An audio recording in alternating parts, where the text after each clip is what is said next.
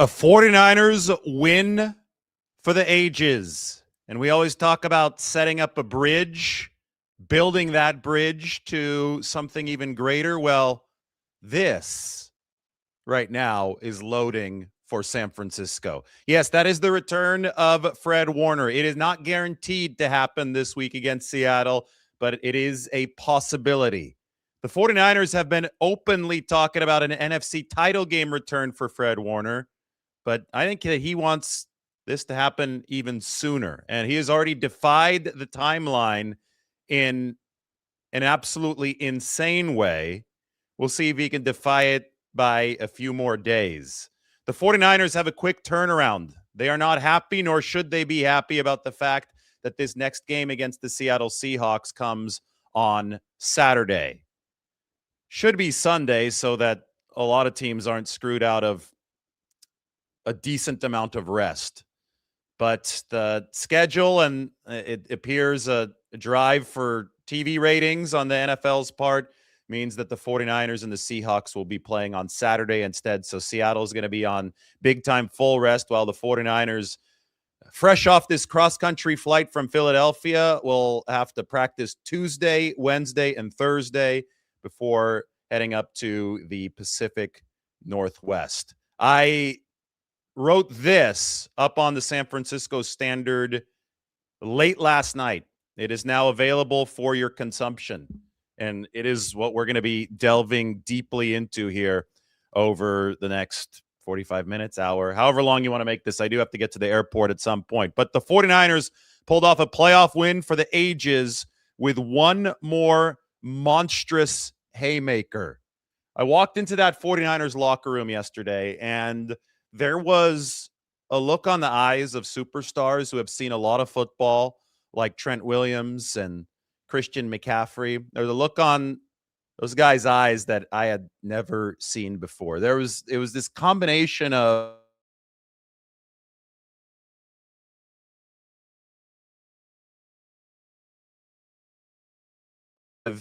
a season-ending injury, a career-threatening injury. Kittle will be back from this, but remember that he's 32 years old. He's going to be 33 next season. Very, very few players come back as explosive as they had been prior to the Achilles injury after they returned from it. So it's just something that is altering for the big picture of the 49ers. It's in a way, it's a changing of the guard moment because the 49ers are going to have to find their way immediately without one of their leaders, George Kittle. And you could feel that sadness still in San Francisco's locker room. But then you could also feel and see the pride of the accomplishment that the 49ers had attained not only in Philadelphia yesterday, but also just to reach this point, right? We talk about the fact that this is a football team down its top two receivers, now down its all-world tight end, that has been down its all-world left tackle, that had been down its QB1, who's an MVP level player in Brock Purdy. He missed 8 games this season. That's down its 2 best defensive players. That's down its first-round draft pick and primary run stopper in Michael Williams. Just look at the on and off splits for the run defense. Number 6 with Michael, number 26 without him. I mean, just down an absolute litany of players, yet still had entered that game with 12 wins, 12-5 on the regular season, and now has 13 wins and has moved on to the divisional round of the playoffs. I mean, just the sheer amount of adversity that the 49ers have overcome. You could see it on the faces of Trent Williams and Christian McCaffrey and many others in that locker room. It was this combination of, again, sadness. They lost another one of their brothers. Relief because they had obviously won the game. Pride because they had overcome so much. And hunger because they had earned the next chapter. They had earned what was coming just around the corner, and that is a rematch with the Seattle Seahawks on Saturday. It was a combination of emotions and attitude and accomplishment that I had just never seen before in a locker room. And because of what the 49ers have overcome, I have a friend who's watched a lot of 49ers football, and he texted me yesterday. He said, this goes up there with some of the Super Bowl wins as one of the most enjoyable 49ers seasons I've ever watched, just because even if they don't win the Super Bowl at the end of all of this, it's going to be the Super Bowl winner, and it's going to be the 49ers if the 49ers don't win it, which is still possible. I mean, the odds are still long, but my friend made the point that there will only be two teams at the end of this season that will be able to say that they have maximized their seasons, that they have fully milked everything possible out of their seasons. And it will be the Super Bowl champion, and it will be the 49ers. And maybe it will only be one team. Maybe the 49ers will be the Super Bowl champions. Maybe this really is a 2010 San Francisco Giants-like team of destiny. But there is no way that this journey will end with the 49ers feeling that they have left something on the table. And that is one of the most satisfying experiences that you can attain in life. In fact, that's all that you can do in life, is accomplish what is there under your control. Take what you can. And the 49ers have done that times 100. They've done that and more. They have already achieved all of this despite so many things outside of their control, so much adversity that obviously they would have loved to avoid, but they couldn't. It was bad luck. I mean, the injury luck of this season has been beyond anything imaginable, and this is a team that's really struggled with it basically ever since they've moved out of Candlestick Park after the 2013 season. I trace all this back to the NFC Championship game in Seattle, 2013. I guess January 2014, the Richard Sherman tip game. Navarro Bowman tore his ACL in that game. I trace a lot of this back to then because it seems that the 49ers have just been snake bit ever since then. And that was right after they moved out of Candlestick Park, which closed at the end of that 2013 that 2013 season. Navarro Bowman with the pick at the stick. That was on December 23rd, 2013 was the last time the 49ers played in the hallowed ground by the Bay. But although things obviously have not gone well for them when it comes to the luck standpoint, when it comes to the availability standpoint, they just haven't cared. They have shrugged it off this year, and they have embraced the blows in a way that reminds me of Fight Club. It reminds me of Tyler Durden in Fight Club. Do you guys remember the scene in Fight Club where Tyler Durden, Brad Pitt's character, is in the basement and the bar owner comes and just starts beating the crap out of him, just punching him repeatedly, and everybody in the Fight Club is watching, and Tyler Durden is just sitting there laughing. His face is bleeding, and he's just getting beaten to a pulp.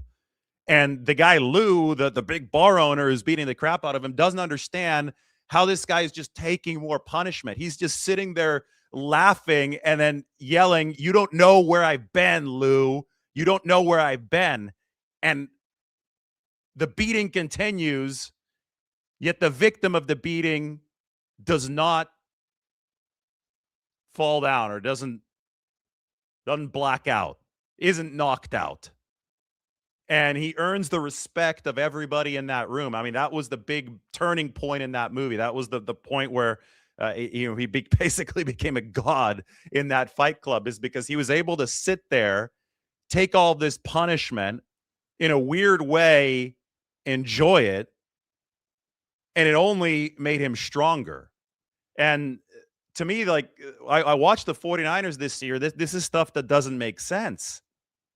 You're not supposed to lose, two A-list players and still be in contention let alone what is it now for the 49ers A-list wise? They've lost Nick Bosa, they've lost Fred Warner, they've lost George Kittle all for the season, but they've also lost Brock Purdy for half of the season. I mean, that alone is supposed to sink your team when you lose a QB1, especially one that's as good as Brock Purdy for a half a season. They've lost their first-round draft pick in Michael Williams, who, again, was extremely important toward one of this team's main goals, and that is stopping the run. You've lost prior to Sunday's game here in Philadelphia against the Eagles, the 49ers had lost,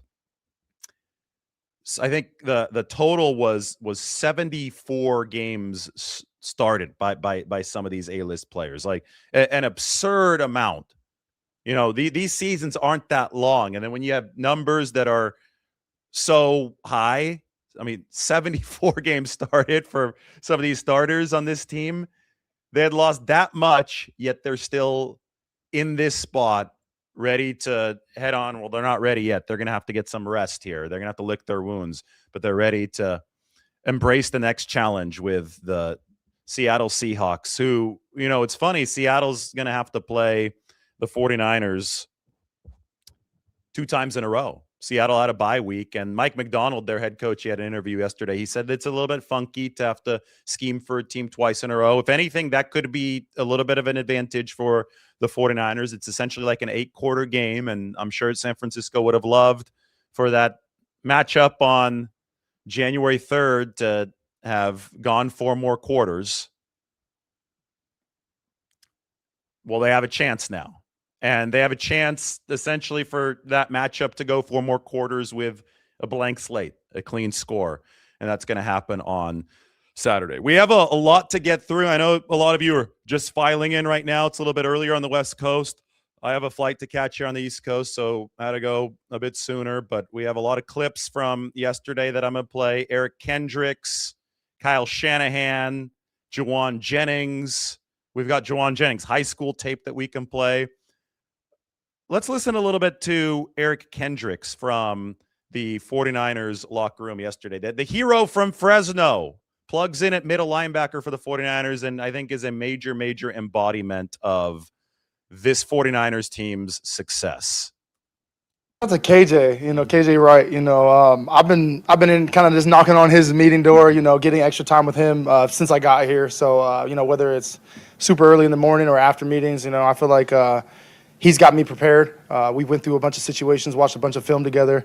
He's got stamina as a coach. So, obviously we know what kind of player he was. But, it's been nice to, bounce my old playbook off him and kind of compare it to this new one and get the similarities and the differences because that's kind of like, this is my, I think, 4th defense in a row. So it's like, you have to be able to compare and contrast and, just get rid of the stuff that doesn't matter and kind of lock in on the new concepts. So I feel like we got a pretty good grasp of that pretty early.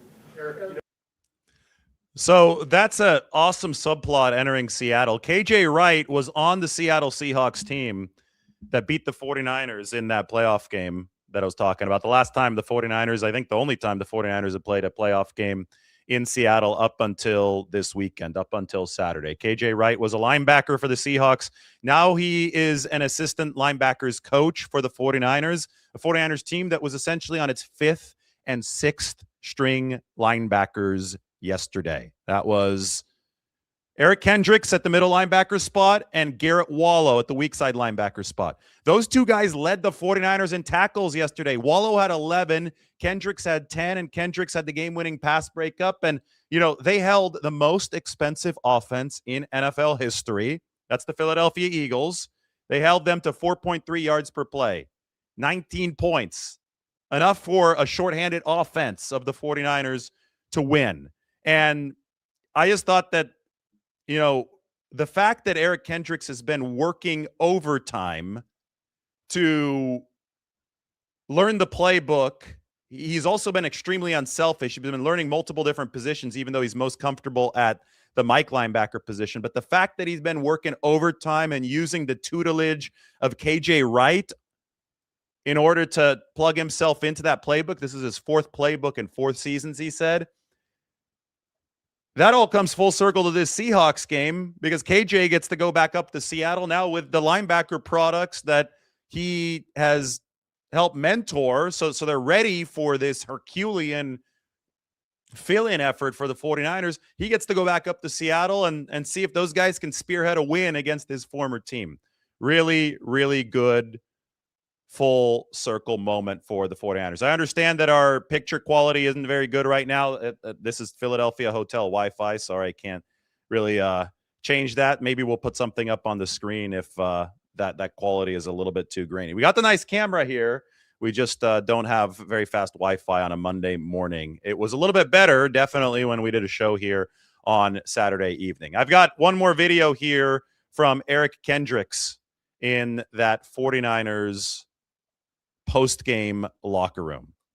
I haven't won in Philly in a while, so it feels good for the soul. Obviously, under the circumstances, me and Garrett, gotta give a shout out to Garrett Wallow. He was excellent in communication. I always judge other linebackers based on when things are super thick out, and things aren't going our way, how well you're able to communicate and how well you're able to stay calm. And he checked those boxes. So shout out to him. That was a big moment for both of us, just to come in and obviously it's been next man up kind of mentality this whole year with unfortunately with all the injuries, and I'm just happy that we can come through for everybody. Eric Kendricks also talked about the fact that this 49ers locker room is just so filled with professionals, and he lauded Christian McCaffrey, and he lauded the standard bearers of the locker room. The foundational pillars that we've talked about over the course of all these years, but especially this year's, the 49ers ran the roster rehaul. He said that those guys have set such a pristine standard of professionalism that it is conducive to somebody being able to walk in on November 26th and end up being the key player or one of the key players in a playoff win against the defending Super Bowl champions 6 weeks later. For Garrett Wallow, he came even after Eric Kendricks, and he was a massive, massive piece of what the 49ers did. So, I think it's really clear that San Francisco had a massive coaching advantage last night. But coaching advantage is not just about the X's and O's. It's also about the culture that coaches and executives. So you got to give John Lynch and his crew credit, all the talent evaluators looking for certain personality traits. But the culture that the 49ers have established has allowed them this level of interchangeability that we may have never seen in NFL history before. Let's just really, really emphasize how unique what the 49ers are doing is. But that was the secret sauce, the fuel behind the 49ers being able to take all of these replacement players, to fight through all of this injury tragedy, and beat maybe the healthiest team in football, which had just walloped the Kansas City Chiefs in the Super Bowl last year, which had the most expensive offensive roster in NFL history, which hadn't lost a home playoff game with its head coach, Nick Sirianni. It allowed the 49ers to undo all of that and get a road win in the playoffs yesterday.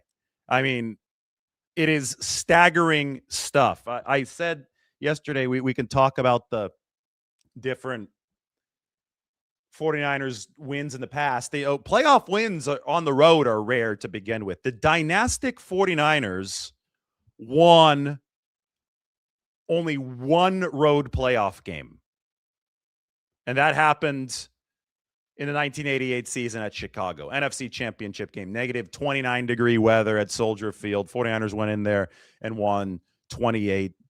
The finesse-ass 49ers, I think that was that the Keena Turner quote? Something about the finesse 49ers going into Chicago and kicking, maybe it was the kicking their ass. I forgot exactly what it was, but it was a famous quote from Keena Turner, who's still with the organization and in the locker room after. The 49ers definitely shed any inkling that they might be a soft team on that day in Chicago. But there were playoff games on the road that Joe Montana lost, and lost by a lot. 49-3 to the New York Giants in 1986. To Washington in 1983, 20-17. Steve Young lost to the Dallas Cowboys on the road in the NFC Championship game in 1993. Dallas had even lost Troy Aikman early in that game to a concussion. And so Dallas went to their backup quarterback. I think it was Bernie Kosar. And they still beat the 49ers by a lot. I mean, winning a playoff game on the road is not easy. The 49ers won 3 of those under Jim Harbaugh with Colin Kaepernick as their quarterback. They beat the Carolina Panthers. They beat the Green Bay Packers. Those were in the 2013 season. And in 2012, they won the NFC Championship game at Atlanta. So it became a more regular occurrence for the 49ers in the Harbaugh era. And then in 2021, the 49ers went on a run that is definitely something that shares similarities with what they're doing right now. In 2021, the 49ers went on the road as the 7th seed to beat the number 2 seed Dallas. They barely hung on at the end. Then they turned around and they went to Green Bay. And I'm going to evoke the memory of that Green Bay week as we preview this game against Seattle, because it was a similar challenge for the 49ers. They had to fly home from Dallas.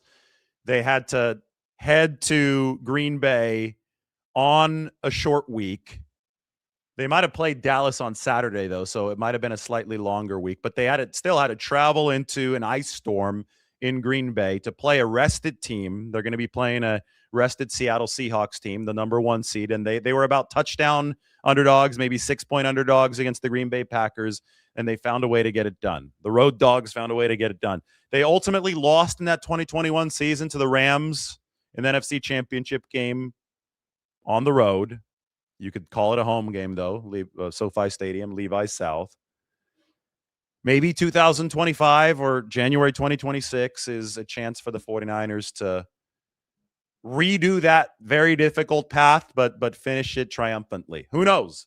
All I know is that I was in that locker room and that these guys are intent on taking this one game at a time. But there was definitely a crazy cocktail of emotions and realization yesterday that was so fully appreciative of the moment and what has been accomplished. It was really a beautiful thing. And it's been an honor to cover this, and it's an honor to be able to continue to cover this moving forward into Seattle. Well, let's play a few more clips from the 49ers locker room. You know, these are clips that we absolutely have to play. How about a look at Juwan Jennings' high school quarterback highlights? Juwan Jennings was ranked ahead of Joe Burrow, of Lamar Jackson, and of Sam Darnold in his high school recruiting class. Tennessee, the University of Tennessee, recruited Juwan Jennings to be a quarterback, a dual threat quarterback. He didn't switch over to wide receiver until after some time at the University of Tennessee, because he was dropping dimes like this. There was a game at Blackman High School in Murfreesboro, Tennessee, where Juwan Jennings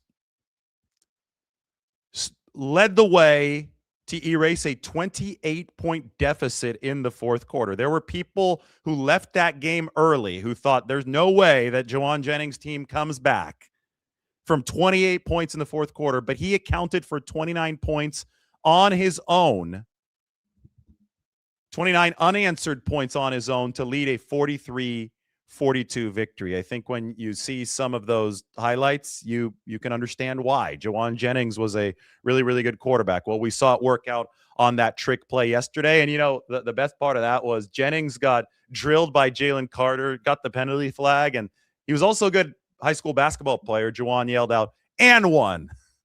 He got the penalty on top of the beautiful touchdown pass to Christian McCaffrey, which was also an excellent catch by Christian McCaffrey. Let's listen in to Brock Purdy. Yeah, I was on the edge, sort of blocking, sort of not in the play, and then I look back, I see JJ get hit, and I was like, dang, dude, should I have done something about that? And then I look up, and the ball's in the air, and Christian tracked it. It was wobbling in the wind, and the fact that Christian caught it over his shoulder, dude, I was like, oh my gosh. And I looked back to JJ, and I was like, you're all right, and then celebrated. So it was a really cool play. I mean, he's a baller when it comes to that. He did the same thing in the Super Bowl, took a hit, threw it to Christian on a trick play for a touchdown. So those two are pretty cool to watch. And that's a good point by Brock. In both instances, the Super Bowl touchdown pass to McCaffrey across the field, and in this one, he took a big hit. This time, he got a penalty flag on top of it. Somebody who took some hits yesterday, Brock Purdy himself. And just like the 49ers team, Purdy fought through adversity yesterday, threw a couple of interceptions, but this was, again, Joe Montana-esque. Purdy now has 4 game-winning drives in 6 playoff games that he's finished healthy. Purdy's 4 game-winning playoff drives in the fourth quarter are the 5th most of all time of any quarterback. 4. He's got 4 of them. How does Brock Purdy do it? Well, why don't we listen to Brock Purdy himself talking about the mentality that he had even after that second interception. How was he able to pick himself up off the mat and deliver for the 49ers in hostile environment at Philadelphia? Game's still there to go take, so I was just being real with myself and obviously like leaning into my faith and understanding that, I got to hold all this loosely, but, try to go do God's will, man, and that's every drive. And so, same thing happened at the end of the game. We needed to go do it, and so I just kept my mind fresh and go play one play at a time. Every play has a life of its own. And, still have that attack mentality every single play. So that's how I did it. Attack mentality never stopped for Brock Purdy. He's got this unwavering belief in himself. I think it's rooted in faith. I think that's something that needs to be emphasized more. That's not written about or talked about enough. But his faith, and he credits it very, very often. He's saying it out loud, and I think we should listen to Brock Purdy. His faith allows him to turn the page and believe that everything's going to be okay. He could stay calm through that storm. There are very, very talented quarterbacks with better recruiting profiles, better draft resumes than Brock Purdy, who are not as good as Brock Purdy. Justin Herbert is a great example. Justin Herbert and the Chargers offense, what did they manage? 3 points yesterday against New England. And, people will make all the excuses in the world for somebody like Justin Herbert. Then for some reason, they're awfully quiet when it comes to analyzing the shortcomings that Brock Purdy has to work with around him. But yesterday, Purdy didn't have the benefit of receivers who were separating. He was down his top 3 separators. He didn't have the benefit of a run game. The 49ers were under 2 yards per carry for most of the contest against Philadelphia. He was working against one of the best defenses in the league, a Super Bowl champion defense. There wasn't space to operate with, which is why Kyle Shanahan had to call another trick play. And this time, thankfully for the 49ers, it worked. Yet Purdy somehow, some way made it work for San Francisco. And the way that he did it was the bedrock principle at play here is the faith of Brock Purdy. He is able to wash away the bad, move on with the right mentality to the next, because he has this unwavering belief that simply putting one foot in front of the other and putting in a good, honest day of work will yield solid results. And there's a lesson there for people in all facets of life. And Purdy lives that, and the results reflect that, and it's awesome to watch. But from a technical standpoint, the way that Brock Purdy does this is just this precision, pinpoint accuracy combined with a spatial awareness of the football field that very, very few quarterbacks in the history of the game have had. Normally when you're missing your top 3 separators and you don't have a run game and you're facing a Super Bowl champion defense, that's a 3-point performance at most. For 99% of quarterbacks in NFL history, they don't reach 7 points yesterday under those parameters. It doesn't happen because you don't have the math in your favor. You don't have the geometric separation downfield because guys aren't separating. And you don't have the run game to create any of that separation or lean on when incomplete pass after incomplete pass is being thrown. But for Brock Purdy, this was nearly a 300-yard performance. It was a game where the 49ers were able to put up 23 points, and it was enough to win. And it's because he's able to walk this tightrope of accuracy and anticipation when he throws. Like, Kyle Juszczyk might not have been open per se yesterday, but he found a way to throw exactly to Kyle Juszczyk's back shoulder in an unconventional style that made Juszczyk break backward for the ball, but the defender just couldn't reach it. That's a great example. Then, there were obviously a lot of throws to Demarcus Robinson, 6 catches, 111 yards. So he's using a receiver who isn't typically used to pick up some of the slack. Juszczyk himself, the fullback, had 4 catches to make things work for the 49ers yesterday. Jawan Jennings had a big one where he crossed over the middle. That was a nice strike in stride from Brock Purdy. So the accuracy and the understanding of where to put the ball to throw a receiver open, that touch, that is elite. That's beyond elite for Brock Purdy. But what I think he does even better than that, and then he combines it with the throwing accuracy, is how he moves in the pocket.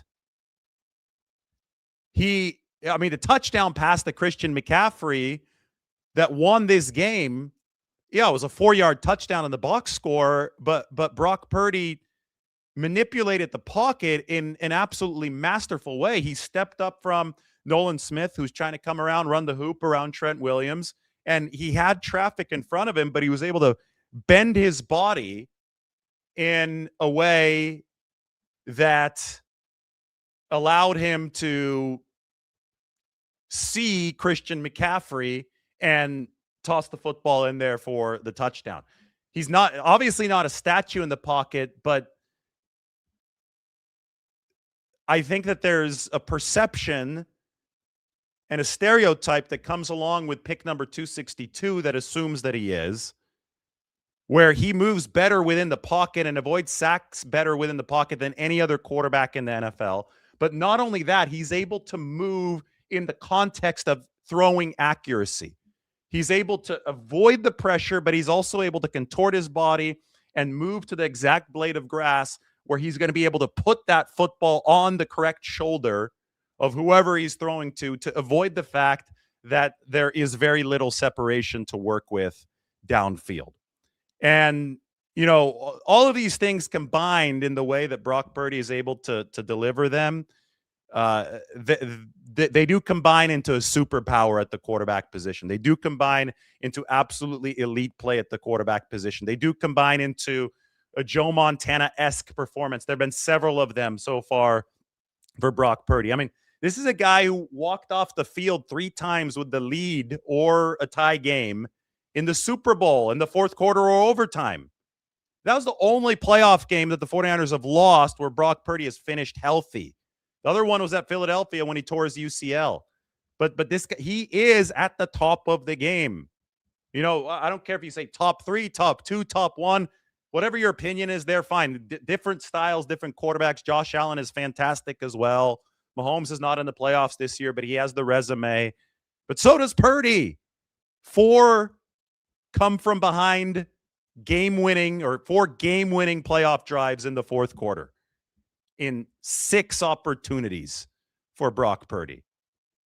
He's only lost 1 postseason game, just 1, that he's finished healthy, and that was the one where he went toe-to-toe, and I would say outplayed Patrick Mahomes. The 49ers special teams did not outplay the Kansas City Chiefs, though, and that was that. All right, so we're going to go – let's get some more of this stuff in.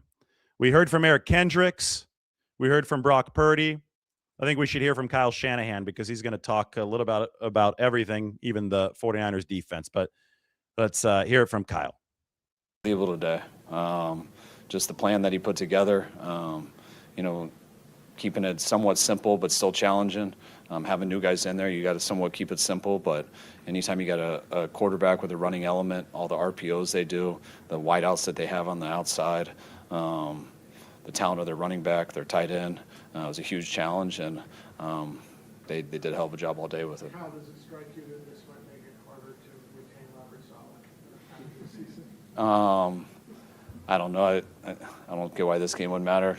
It's always that good anyway. So, regardless of what happened today or what happens next week, I know it's a matter of time for Saul as the head coach again. So, I had a chance to talk to Robert Saleh yesterday in that 49ers locker room, then in the tunnel outside the locker room. He was ecstatic. You know what? I talked a little bit to Robert before the game, and I just got this sense of ebullient confidence from both Robert Saleh and Kyle Shanahan before that game started. Just sensed that these guys really believed in their team. And it was, I'm around it every single day, and it's still unusual because you still think, oh my, all these guys out, all this adversity, they're taking the hardest path possible. They're not getting any breaks from the schedulers. They're obviously not getting any breaks from the football gods when it comes to the health of this football team. And it was a reset year for the roster to begin with. Yet you run into these coaches and these guys, I mean, it's really, really, really, really unbelievable. I mean, you run into these guys and they have this attitude about them, like we're going to win today. And that was the vibe that I got from both Kyle Shanahan and Robert Saleh before the game. And I know everybody has to be confident. I mean, that's that you have to approach an NFL game, but I think that sometimes people fake it, right?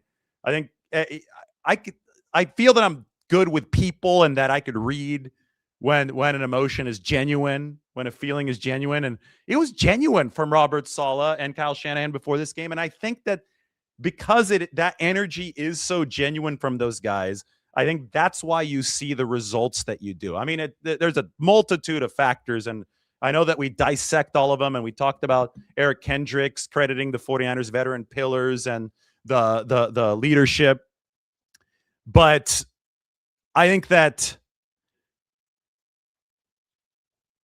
you have to start from the top down in any analysis of this kind of success. I mean, the CEO level down, and the way that Kyle Shanahan and Robert Saleh have been able to instill confidence in this team starts with their attitude, and I mean, it also includes the optimism of John Lynch, and eventually you begin manifesting the behaviors that you bring to the table. Like it's as simple as that. So defensively yesterday, Robert Saleh adapted from an early mistake. And, all too often we sit here and we criticize coaches, and you play Monday morning quarterback, and I don't think fully give credit to what they do right. And I know we're giving a lot of credit to what Kyle Shanahan did right with the trick play schematically yesterday and what Brock Purdy did right. And that's great. But what about what Robert Saleh did right? 3rd and 15 early in this game. He sat back, didn't administer any pressure, and his defense, the coverage wasn't tight enough. And basically it was a curl concept that the Eagles ran, picked up 14 yards, set up a tush push. And it was a failed 3rd and 15. The 49ers couldn't get off the field. And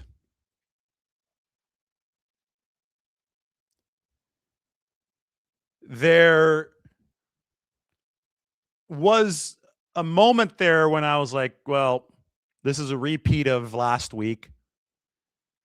The 49ers gave up a 3rd and 17. Although that was a low effort rep from the 49ers. They were just exhausted, I think, against Seattle when they gave up the 3rd and 17 on the ground. This just seemed like schematically it wasn't there, but it seemed to be a repeat of too many instances, not just this year, but last year where the 49ers were not getting off the field on 3rd and long.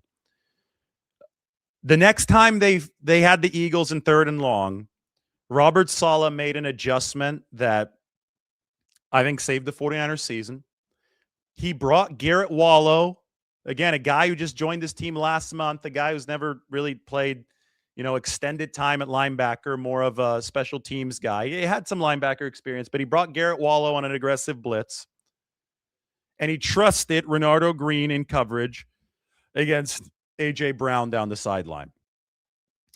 And, I said after the 3rd and 15 play, I was very critical of Robert Saleh and the schematics that he had used on the 3rd and 15. I said, the way that things are right now with this 49ers defense, you can't play it like you've got Nick Bosa. You just don't. You don't have a pass rush at that level right now. It's at the lowest level in the league with your front four because of those injuries. You don't have Bosa. You don't have Michael. Yetur Gross-Matos is banged up. I mean, Keon White was telling me how banged up he was, how he had to labor through that game yesterday, and he delivered a big pressure. I'll talk about that one in a bit. But you just don't. You don't have that. And you can't just sit back and hope that the front four is going to get there with ease. You're going to get picked apart if that happens. So he brought Garrett Wallow, even though I know he doesn't like to bring those kind of blitzes. And he trusted Renardo Green. He built, I said, you got to just build a fence at 10 yards. If they go over the top on you and then they beat you, tip your cap. But at least you didn't get bled out by the opposing offense. At least you weren't conservative and you didn't get bled out. And Saleh responded. He made sure that the 49ers would challenge the Eagles on that next 3rd down. And you know what? Renardo Green held up in coverage downfield. Wallow's blitz pushed the pocket a little bit to Jalen Hurts, made him throw it a little bit earlier than he wanted to. Then the Eagles had something to think about later in the game. I mean, you move forward to I think it was the 3rd quarter. It might have been the 4th already, but there was another 3rd and long, and the 49ers needed to get a stop. I mean, this was bordering on crunch time in this game. And they bluffed a blitz, but they didn't blitz. But it was in Jalen Hurts' mind, and it was in offensive line's mind that they might blitz. So you've showed them a varying look. And Keon White, who is the 49ers pre-trade deadline acquisition. People said, they didn't do anything at the trade deadline. Well, they got Keon White, who, by the way, leads the 49ers in pressures with 24 since coming over in that trade. He's standing up over the guard. So this is the genius of Saleh, but it's also the genius of Chris Kosarek. Stand-up rush over the guard, not a hand in the dirt. He's able to rip by the guard with his athleticism, flush Jalen Hurts out of the pocket, and that's one of those 24 pressures. They have come in very, very opportune times. Fred Warner has posted a video. Sounds like Fred Warner's putting on the pressure to play this weekend. Let's take a look. Mike just sent it to me, so I'm going to get it up on the screen. Here we go. Posted by Warner himself. Well, that's him. That's Fred Warner on the 49ers practice field. There you have it. What do you guys think? Is the return coming this weekend against the Seattle Seahawks? Or do the 49ers have to build this bridge one game longer? Do they have to build this to the NFC Championship game? It gets really, really interesting this week. Very interesting this week, at the very least. Shanahan might say that this weekend is unlikely, but he didn't say that it was impossible. And if Fred Warner is already moving around like this, 3 months after what happened in Tampa Bay? I mean, this is downright miraculous. We said when Fred got hurt that he's built different. We said the same thing about Jerry Rice. I think they're cut from similar cloth. We said the same thing about Jerry Rice, though, back in 1997 when he came back that same season from a torn ACL. I mean, these are future Hall of Famers. Rice is now a Hall of Famer, obviously. Warner's going to be in there one day. These Hall of Famers tend to be built a little more rubbery. The ligaments heal faster. The bones heal faster. Now, Rice, of course, he got re-injured when he came back from the torn ACL in 97. But this is a different injury. This is less ligament damage. This is more bone damage, dislocation, bone fracture for Fred Warner. It's obviously fully healed now. The question is his conditioning back in the spot that he needs it to be in? He's been rehabbing 6 hours a day. Just imagine, this 49ers defense, that was their best performance of the season, right? They give up 4.3 yards per play. They hemmed Jalen Hurts into the pocket.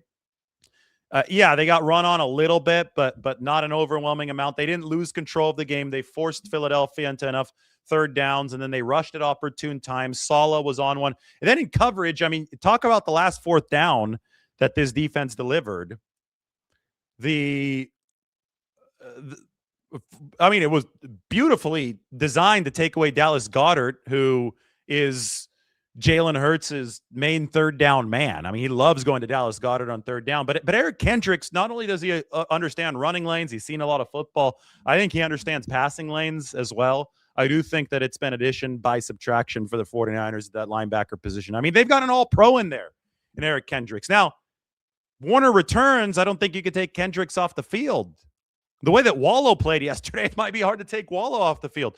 Maybe the 49ers have a little bit of a luxury here to where they can activate Fred Warner and they could gradually work him back into the mix at opportune times of this game against the Seattle Seahawks. I mean, they've got a fascinating possibility on their hands coming up. And I love this graphic. Mike sent it to me, so I figured that we'd show it off during the show. The Texans are releasing pass rusher Darrell Taylor, who just came off IR and is healthy now. He heads to waivers and can be claimed by a playoff team. Maybe the 49ers will claim Darrell Taylor. Remember they picked up Charles Haley, who had been out of football for 2 years before they played the Packers in that 1998 season, the wild card game? Crazier things would happen. Crazier things have happened, and then the craziest thing of all would be Fred Warner returning this season, pulling a Jerry Rice and maybe helping the 49ers get over the hump. The 49ers defense is going to look a lot different this weekend than it did in Week 18 last time they played the Seahawks. This is going to be fascinating. The Seahawks are going to have back-to-back games against the 49ers. But against the defense that it might have Fred Warner, but even if they don't, Eric Kendricks starting, Garrett Wallow starting. I mean, both of those guys filled in Week 18, but they didn't start with the game plan. Marquise Siegel probably is going to be starting since Jair Brown hurt his hamstring yesterday against Philadelphia, and Siegel was really good. 8 tackles, third most tackles on the team. It was Wallow, Kendricks, Siegel, 11, 10, and 8 tackles respectively, clearing the way for the 49ers yesterday. How about that as far as degree of difficulty goes for Marquise Siegel? He's been on the shelf defensively for 3 months. Benched at the start of the season because the coverage wasn't good enough for the 49ers. Is pressed into action for the 49ers yesterday, a rookie, and played exponentially better than he had played early in the season. Now, early in the season, he was good at tackling, and he was, I thought, really good near the line of scrimmage. He was part of the fray when they had the fourth down stuff against the Rams in Week 5. So, let's not pretend that it was all bad for Marquise Siegel early. I think the biggest challenges were in coverage, where he gave up the most yards at the time of any safety in the NFL. But he's obviously been putting in the work behind the scenes while he hasn't been playing. He's obviously treated this with a good attitude, which I think is something that the veterans of this 49ers team, those foundational pillars, help impart. And he showed up ready. He made a couple awesome open field tackles yesterday, including one of Devontae Smith that I thought was a sensational tackle. Took down Saquon Barkley once. I thought that was another sensational tackle. Marquise Siegel might have saved that game. A couple other rookies, C.J. West and Alfred Collins, they're playing at an extremely high level now, defensive tackle. And levels they weren't playing at earlier this season. This has already become a successful playoff run for the 49ers rookies, learning under the foundational pillars of guys like Fred Warner. But this sets up really well for 2026 when you've got Siegel, you've got Collins, you've got West, and you've got Upton Stout, maybe the best player now in the 49ers defense. How about that pass breakup against Devontae Smith yesterday on the fourth down early on? Stout, the last 3 games, has been playing lights out, sensational football. And, I mean, and this class was already getting massive production from Mykel Williams in the run game before he tore his ACL. I think that you could firmly say that this 2025 49ers draft class is on the pathway to becoming a smashing success for this team. And they're getting playoff experience under their belts. Not just this game, but the Chicago game, the first Seattle game. They're going to get a second Seattle game. This sets up really, really nicely for the 49ers heading into next season. You want to just shepherd along that youth, let it blossom, and then, let George Kittle do his rehab. He's going to attack it. You're probably going to sign a tight end this offseason, but then Kittle can come back as a bonus because he's not going to quit on the team like a Brandon Ayuk next year. Kittle's going to come back and he's going to be that, a spiritual force for the 49ers, but it could be a bonus. It could be a cherry on top of all this other development that's going on. Resilience pays dividends. And the 49ers are going to be enjoying those dividends for some time to come. It's not just going to be now as they're enjoying this playoff run and fighting their way forward. That resilience is going to pay dividends into 2026 and beyond. We could look at this big picture. I talk so much about the 49ers and the Rams model. The Rams were resetting their roster in 2023. The Rams went 10-7 and they lost the wild card game against the Lions.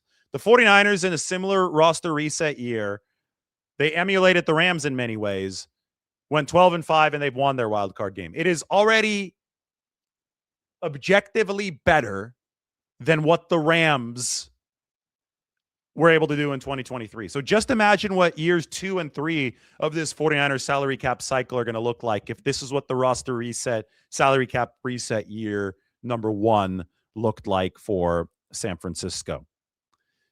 Again, everybody head to the San Francisco Standard. This is the article up there, and I put a lot into this one. This I could read a little bit of it for you, but here's the opening line. There are bruising punches to the gut, and they simply won't stop coming. But neither will the 49ers' monstrous haymakers, which consistently rise like a phoenix from the ashes in response. And yet another addition to what's blossoming into a sensational Hollywood script, the 49ers, after losing superstar tight end George Kittle to a torn Achilles, waltzed into the belly of the beast and dethroned the defending Super Bowl champion Philadelphia Eagles in the NFC's wild card round. We earned another week with our brothers, Trent Williams shouted in the locker room. We're not finished. We're not finished. We're still writing our book. I mean, this goes on for a long time. I tried to capture the emotion there. Like, when I wrote from Green Bay after the Snow Globe game in 2021, I tried to capture the emotion in those cramped hallways of Lambeau Field. Well, yesterday I tried to really capture the emotion because it was unique in that 49ers locker room. So I really, really hope that you can read this and you can enjoy this. I'm going to pin it in the comment section. It's up on my X page. This is going to be the deepest look written-wise that you're going to get into that 49ers locker room. And this is 49ers history, so I think that it is absolutely something worth reading. You could see all the other videos that I put up from yesterday, too. There were a couple of them. We got some fun backstories from that 49ers locker room. It is truly, truly uncharted territory that we're moving through now in terms of resilience for the 49ers. Sam Darnold last week when he met Brock Purdy at midfield for the handshake said, see you in a couple weeks. Turns out that Sam Darnold knew what he was talking about. He will see Brock Purdy 2 weeks from the day that the Seahawks and the 49ers last played. Speaking of Purdy, look at the passing chart for yesterday. This is remarkable on several different levels. Obviously, you see an extremely efficient performance from Brock Purdy, throwing mainly to the left side. But NFL Next Gen Stats, they make this chart. The Eagles had allowed a league-low 52% completion percentage on in-breaking routes during the regular season, which was the best mark of the Next Gen Stats era. The Vic Fangio defense had allowed only 52% on in-breaking routes. Brock Purdy yesterday went 12 of 17 for 208 yards and a pair of touchdowns against in-breaking routes. So Purdy took the Eagles' historic defensive strength. He attacked it because that was his only choice. The 49ers didn't have the weaponry to attack to the perimeter yesterday. That was his only choice, running a shorthanded offense. And Purdy beat that strength of the Eagles with ruthless efficiency. What a chart this is to really illustrate how Brock Purdy said, I don't care about your strengths. I have what I have to do, and I'm going to make it work with a combination of superpowers that have made him the NFL's top quarterback that I talked about a little bit earlier. Let's go back to the article, get this back up on the screen. It's going to be 3 short weeks and 4 games for San Francisco. They are taking the ultimate hard path. But you know who else took an extremely difficult path? And it's a team that I compare to these 49ers a lot. Because, I see parallels between Brock Purdy and the star ace of that championship San Francisco team. I think there are even more parallels now between the 2010 San Francisco Giants and these 2025 49ers. Because, yes, that was the NLCS Game 6, and it happened in Philadelphia. It happened just feet away from Lincoln Financial Field where the 49ers won the game yesterday. The band of misfits for the San Francisco Giants won the NLCS and then won the World Series. They won against the heavily favored Philadelphia Phillies. Yesterday, the Eagles were heavily favored. This next week, the Seahawks are going to be heavily favored. It is, you could talk about Lincecum being like Brock Purdy. You can talk about the Giants lineup that year being like the 49ers defense, just making it work when it absolutely counted. But I think that you have to acknowledge the similarities and the poetry. And, the city of San Francisco, on its emblem, the police officers have a patch on their shoulders. There is a phoenix rising from the ashes on the emblem of the city of San Francisco. So I think that this Giants team really embodied that, because it's a homage back to how the city rebuilt itself after the 1906 earthquake. Well, I would say that the phoenix rising from the ashes, which I used in the lead of my article right here on the San Francisco Standard, I would say that applies to these 2025 49ers as well.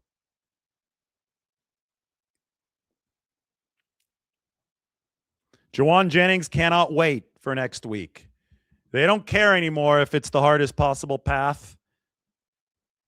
As Robert Saleh said, I talked to him yesterday. He talked about the defensive message for the team. He said, until the clock strikes 0, lay it all out on the line. And then there was the script-changing play from Eric Kendricks at the very end that gave the 49ers the win. Of course, we also have this. This is really good. This was put out there by Greg Rosenthal. These are the high school quarterback recruiting rankings in whatever season Jauan Jennings went to college. You could see that Jauan ranks above Sam Darnold, whom the 49ers are about to face, Joe Burrow, and Lamar Jackson. There's poetry in football. How can you not be romantic about football, especially given the run that the 49ers are delivering right now? Anyway, everybody go up to the San Francisco Standard. Go and check it out. I'm going to have much more for you. I've got to catch a flight here from Philadelphia. Have to head to the airport, but we'll have a hell of a show, more shows for you coming up very, very soon. There is a look at Christian McCaffrey scoring the game-winning touchdown for San Francisco in a game that I'm sure most of you will never forget. It's a run that you should never forget, because regardless of how it ends, the 49ers know that they have absolutely maximized this season. Hit that subscribe button. We're going to be the first to 100,000 real subscribers. It's been an honor to cover this one from Philly for you. We will talk to you very soon.